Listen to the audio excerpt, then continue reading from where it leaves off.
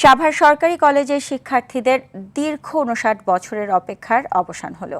এখন থেকে কলেজে যাতায়াতে আর পোহাতে হবে না ঘন্টার পর ঘন্টা বাসের জন্য অপেক্ষা কিংবা যাতায়াত বিড়ম্বনা।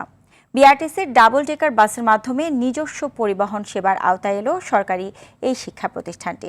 জমকালো আয়োজনের মধ্য দিয়ে এই সেবার উদ্বোধন করা হয়। সাভার থেকে জিয়াউর রহমান জিয়ার তথ্যচিত্রে বিস্তারিত জানাচ্ছেন লিওন আজাদ।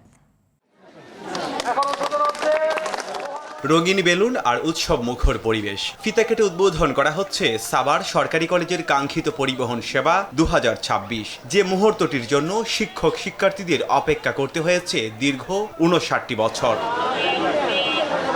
কলেজের অধ্যক্ষ প্রফেসর আব্দুল হামিদ মোল্লার সভাপতিত্বে আয়োজিত এই উদ্বোধনী অনুষ্ঠানে খুশির জোয়ার বইছে পুরো ক্যাম্পাস জুড়ে। বক্তারা বলছেন, এই উদ্যোগ কেবল যাতায়াত সহজ করবে না, বরং শিক্ষার্থীদের নিরাপত্তা নিশ্চিতের পাশাপাশি পড়াশোনায় আরও মনোযোগী করে তুলবে। সাভার সরকারি কলেজে আজকে বাস সার্ভিস উদ্বোধন হয়েছে, তো সেক্ষেত্রে আমাদের মেয়েদের জন্য এটা অনেক বেশি উপকার।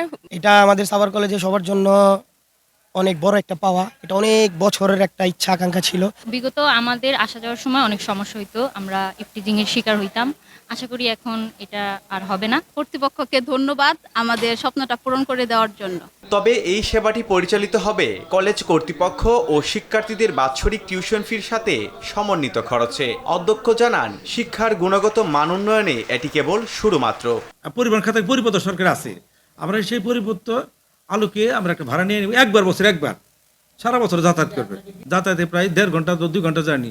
বই নিয়ে পড়ে বলছে চুর হলে বই হবে, মানে যেখানে যত শুধু বই থাকবে, শুধু বইয়ের বই। যা উপকরণ আমাদের কলেজ থেকে দেওয়া আসলে যায়, যতভাবে সাপোর্ট সেবা আমরা আসলে সেই লোকে এগিয়ে যাচ্ছি।